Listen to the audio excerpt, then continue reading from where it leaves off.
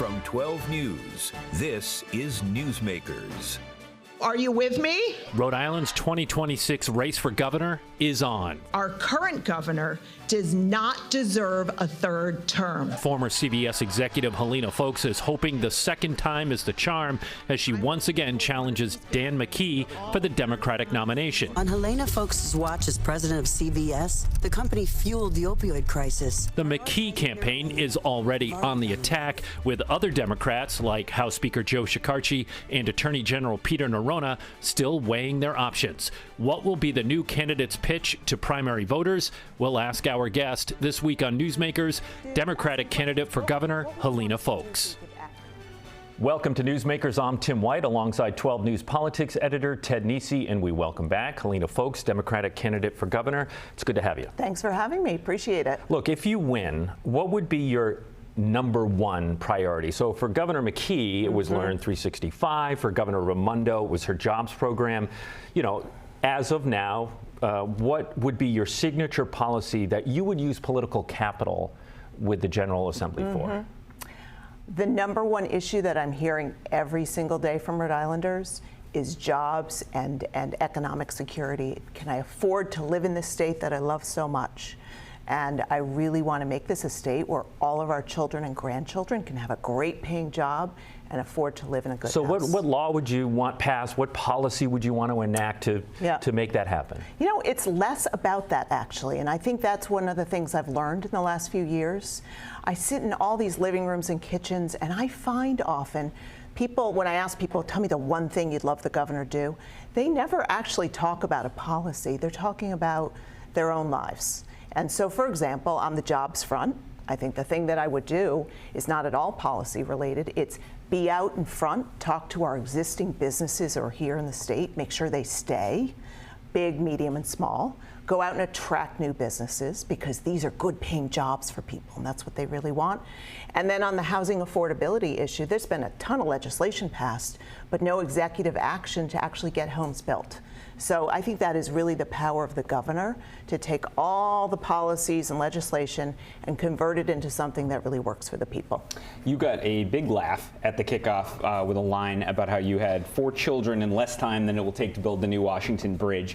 But when I think back, as we know, that race was very close in 2022 between you and Governor McKee. If you'd won, the bridge probably fails on your watch, just from everything else we know about what was going wrong there. Easy to be a Monday morning quarterback.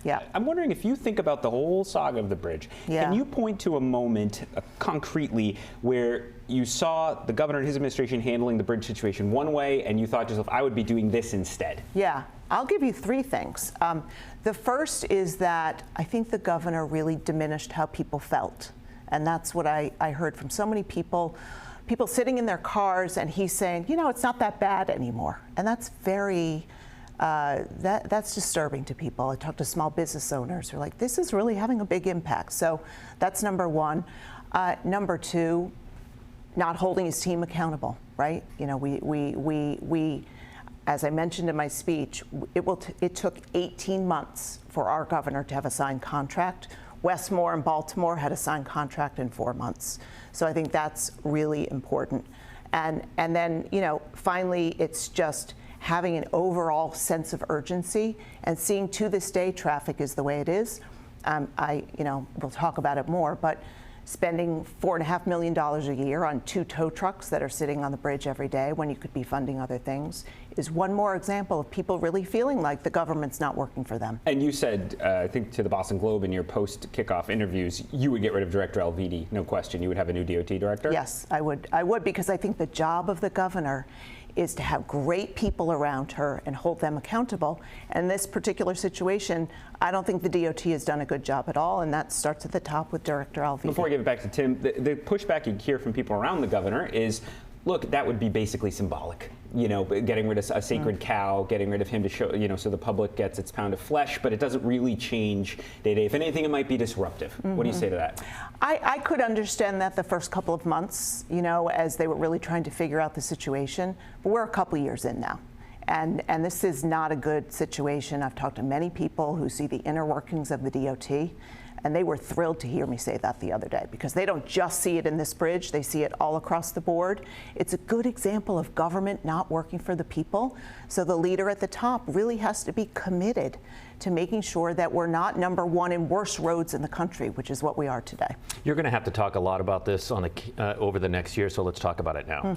The federal government sued CVS late last year, accusing the pharmacy giant of unlawfully filling opioid prescriptions and helping to fuel the opioid crisis. You were one of the top executives at CVS during much of the time frame in the complaint. First, I just want to know, have you been deposed in the case? No. If they ask for your deposition or your testimony, will you cooperate, or is there a circumstance in which you might fight that?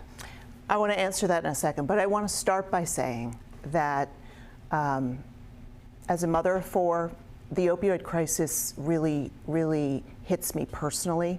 I don't have family members that have been infected, but I have friends. I know a lot of people, and so this is a very human issue. We can jump to all the crazy things the governor's done in the last few days around it, but it's very personal for people. So I do want to talk about that. This is also a situation where, when I came in the beginning of 2014, this crisis was raging across the country. The height of the opioid dispensing in the U.S. was 2013. So I knew full well what I was walking into. And under my watch, we drove a 40% reduction in opioids dispense.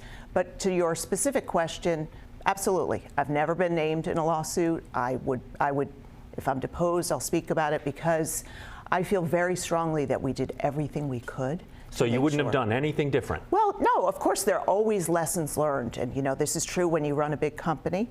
Under my watch, we filled 1 billion prescriptions a year. We had 10,000 stores. I had 25,000 pharmacists working for me. And just to sort of explain it a little bit, I'll first share with you the examples of how we got to such a big reduction, then I'll answer what I would do differently.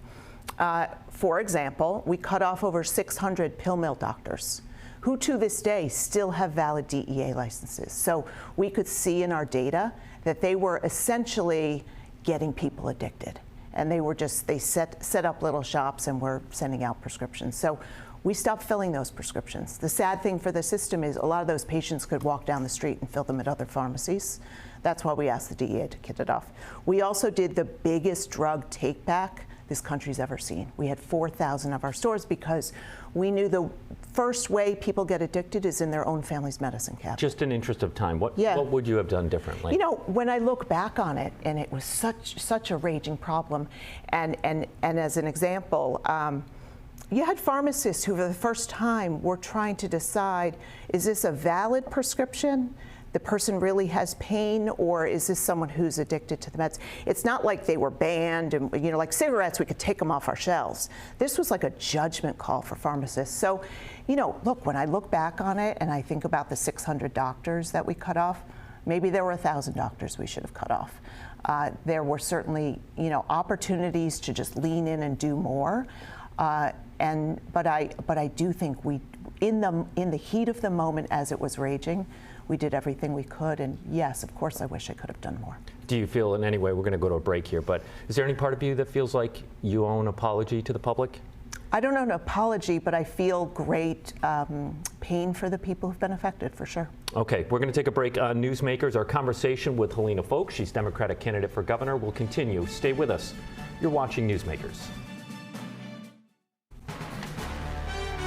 Welcome back to Newsmakers. I'm Tim White. This is Ted Nesi. Our guest this week is Helena Foulkes. She is Democratic candidate for governor. Ted? I have a different question flowing out of the conversation you and Tim were having before, the opioids and CVS and everything else. The governor told our colleague Alexandra Leslie the day of the launch he has not spoken to the new-ish CVS CEO David Joyner since Joyner's appointment nearly a year ago. I presume you knew David Joyner when you were at CVS. CVS sent us reporters a pretty unhappy statement about what the governor was saying, because while the governor says he's not talking about CVS, only you, CVS clearly doesn't see it that way. I don't even know how much you can be unbiased in answering this between being in this race and having worked at CVS, but do you think the governor's actions, putting CVS at the center of his campaign attacks, could do longer-term damage to CVS's relationship with Rhode Island, given the changes in the executive ranks? I'm really worried about it. And I thought the move on Tuesday was desperate and pathetic. I mean, really.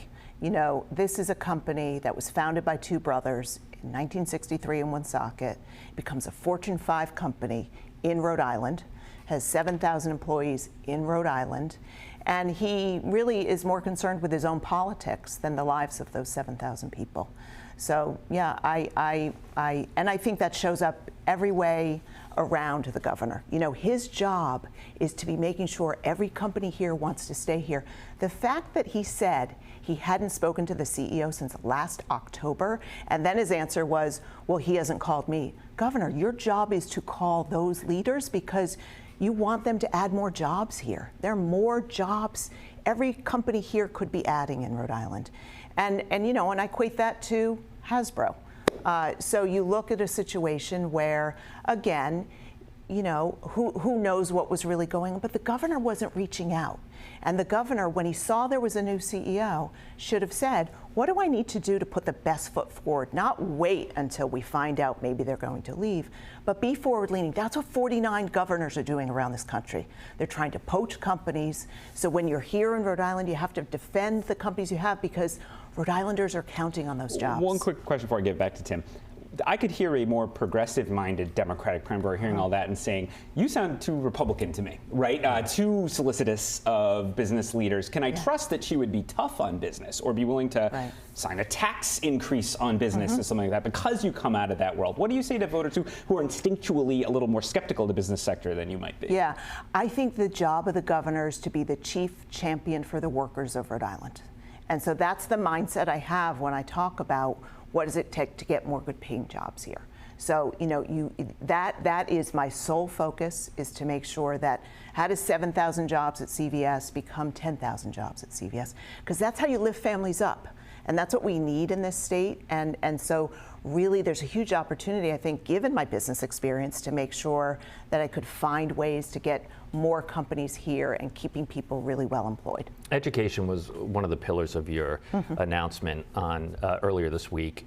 So I want to ask you something specific about education. Former Providence Mayor Jorge Elorza, a progressive Democrat, has endorsed a Trump-backed voucher program for schools. And he said, quote, I'll read it to you, Republicans are creating a new federal program that is giving lower-income families money to do whatever they wish with in the education, obviously, realm. And it is Democrats who are against this. What world are we living in? Are you open to that? A voucher program that would give low-income families the opportunity to maybe break out of failing schools? Right. Well, I think the most important thing, and you're right, I care deeply about this, probably as a mother, but just given my whole life, education's been so important. Having great public education is really important. We only have 300 public schools in this state, and people are going to hear a no. Just I want to be clear and fair. I will answer the question specifically, but I just want to give you that framing. So I think that we have to make sure that our public schools, where most of our kids are great. So in the short term, no, I don't think we have the money to be siphoning money off and giving private vouchers. We really have to be stabilizing the school system that we have and making sure that we're empowering teachers to do everything they can and lifting them up. If I zoom out from your speech and think about the policy side of it, a theme I heard in there was there is this new book, some viewers will know it, called Abundance by Ezra Klein and Derek Thompson. It's led this big debate inside Democratic Party politics about why especially blue states struggle to seemingly do anything anymore. They're wrapped in knots. What do you make of that whole argument? This has all happened since you ran last time. And do you consider yourself an abundance Democrat, as some people like Jake Auchincloss are calling themselves now? Right. Well, I do think that what's missing today in Rhode Island, when I talk to Rhode Islanders, is competence. And you know, it's funny, that word really resonates for people when I'm in their living rooms. I talk about it as it relates to so much. You know, one example is obviously the Washington Bridge. It's complete lack of competence. But another is housing. And housing, you know, along your lines of abundance. But I think a better term is competence. How do you actually take the morass of legislation and really make it work for people? And, you know, I get lots of input, not to get into the weeds today, but we have a very dysfunctional housing system in the state. It was almost designed to slow things down. You have 3 different public groups doing it. They overlap a little bit. We've got all of this bureaucracy and red tape, and it just makes us move slowly. So last year, we need 24,000 more units in the state. Last year we produced 922. So how do we move faster? How do we do more with the funds we have? The state passed a $120 million housing bond. We should be able to do more with that money and quickly. And so I do think that's frustrating people. And we need Democratic leaders who really care for people and want to do the right thing, but are willing to make government work. And that's my passion. Well, and big government work in that case might mean make cities and towns be more open to construction, which might mean actually you're talking about the voters listening to the people. The people in those neighborhoods are often saying, I don't want any new construction around here. I mean, you want to triple housing production that has to be built somewhere. Yeah. And what if all neighbors around there are like, no, Governor Foulkes, I don't want this here. Yeah. Look, I know that I've done a lot of change in my life, and I think the place I always tried to start was where people want to embrace it. We can fight with the resistors later, but you look in Providence as an example. I drive around all the time and look at all the empty parking lots, all the empty buildings. You ride a bus from Kennedy Plaza out to the train station at Central Falls. There's so many empty buildings along there. We have a lot of towns with empty buildings and mayors who really want to make a difference. And so that's the charge I would be leading, because I think we can produce a lot there and really help people and lift them up. We're going to take a break on the program. Our conversation with Helena Foulkes continues. Stay with us. You're watching Newsmakers. Welcome back to Newsmakers. I'm Tim White, 12 News politics editor. Ted Nesi, our guest this week, is Helena Foulkes, Democratic candidate for governor. Helena, I got to talk to you about this Charlie Kirk's assassination on Wednesday. And I do want to remind our viewers, we're having this conversation on a Friday morning. So as we were walking on set, we were just learning the identity of who the government says is the shooter. We don't know a lot about the motivation yet. But an awful incident, to say the least. I guess my question is there anything that can be done to tone the political rhetoric down right now, or is this our new reality? I hope so. It is a very, very sad situation. And I was in a room the other night, someone spoke, and it really struck me. She said her 13-year-old son was at middle school that day, and he was already with his friends watching it on social media and on TikTok. So, I said to my husband that night, that's the sort of situation where if it happened when we were raising our kids, they'd come home, we'd tell them about it, we would explain it, we'd have a family conversation. And we'd also never show the actual and we would never show, and I haven't watched it myself. Yes. I don't want to watch it. No, so it's hard. So I think it's really frightening, and I think it's incumbent upon everyone in public office to try to bring some humanity back to the conversation. I left turn, but politics. So there's a lot of chatter, as you know, in political circles about whether union leaders will press the governor to step aside because his poll numbers are weak, presumably for Speaker Joe Shekarchi. I'm just curious if there's never any talk of you striking an alliance with the union leaders. Have you made any overtures to union leaders to try to at least neutralize the idea that they need a non-Helena Foulkes candidate in the race? Yeah, I mean, I have been meeting with union leaders since the last race, and I'm fairly encouraged. I really am having great conversations with them because they're looking at what's going on, and they're seeing a pretty ineffective governor. And I think what they're finding with me, and this is the nice thing about having had 3 years, is, people can make judgments about me from afar, but then when they meet me, they realize I am someone who listens. I want to make a difference. And I think the only way you can do that as governor is to have everyone with you. Doesn't mean you're going to agree all the time, but it means you bring everyone to the table and you have an honest conversation. And so really that's the spirit of these conversations I'm having, and I'm fairly encouraged. Have you talked to Armin Zepatoni? I won't name any names. I had to try. Are you nervous? Well, you'll say no. How do you think about the potential that you get a swapped out opponent and it becomes Speaker Shekarchi, someone with a lot more money, different political instincts than the governor, I'll say? Yeah, I really don't think a lot about it. One of the things I've learned in my life is you got to control what you can control. And so that's what I'm focused on. And I think that in a world where Rhode Islanders are sharing with me how much they care about all these economic issues, how much they really want the state to function well. And then on top of it, you have a Trump craziness happening in D.C., and we need a governor who's going to stand up to all of that, especially in the face of 47,000 Rhode Islanders who might lose their health insurance. I think I bring so much more than anyone who could get into the race, and so I really don't think about it.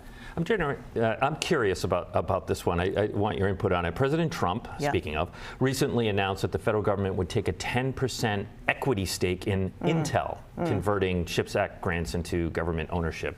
Bernie Sanders liked it. As a Democrat and someone who has a lot of corporate experience, I was just curious if you thought it was sound policy. I don't think that's sound policy. It makes me uncomfortable to think about the government placing bets like that on public companies. Now, obviously, this is a unique situation, but it makes me very uncomfortable, and I don't think it's something we should be pursuing. You have deep ties to the sort of Democratic establishment. You are the granddaughter and niece of U.S. senators. You are close to Nancy Pelosi due to her connection to your mother. When you look at what happened with Joe Biden last year and Kamala Harris's comments this week, where she seemingly was starting to realize he was slipping, and yet the Democratic leadership kind of coalesced around him, even as the voters were kind of crying out, give us other options. I mean, those are your circles in some ways. I mean, what went wrong there that everything showed the voters wanted other options, and there was a closing of ranks till after that debate? I mean, you know those people. How do you think about that period? Yeah, I think that whole time frame was a good example of what happens when you're not really listening to voters. And you know, you can feel the hurt today when I speak to people. By the way, I like to speak to Trump voters, because I like to know why they voted that way, what was going on for them. And what I mostly hear is the economic issues. The stress in their life is intense, and they didn't feel like they were being heard, and they want to change. So I think it's a big wake-up call. I think it's why we need a leader who knows how to get stuff done, make the state work for people. And that's part of what's really driving me. I think we need leaders who know how to do that. Who do you admire among the up-and-coming Democrats around the country right now? Well, I speak about Wes Moore because I think he did an amazing job. Governor of Maryland. He did a great job when his bridge went down, and he really made it work. I look at Josh Shapiro. I look at Gretchen Whitmer. I look at Andy Beshear. There are a lot of great leaders out there. They are governors, and they are making things happen. And so that really inspires me. All right, just about 40 seconds left here. Curious. It's a split ticket in Rhode Island, but doesn't mean you can't pair up with someone. Governor McKee did that with Lieutenant Governor Sabina Matos. Are you considering forming a partnership with anybody going into this race? No, I'm not. At this point, so you're absolutely going to close the door on that one? Yep. Okay. And have you talked, I'm curious, have you talked to Attorney General Peter Noronha like before announcing?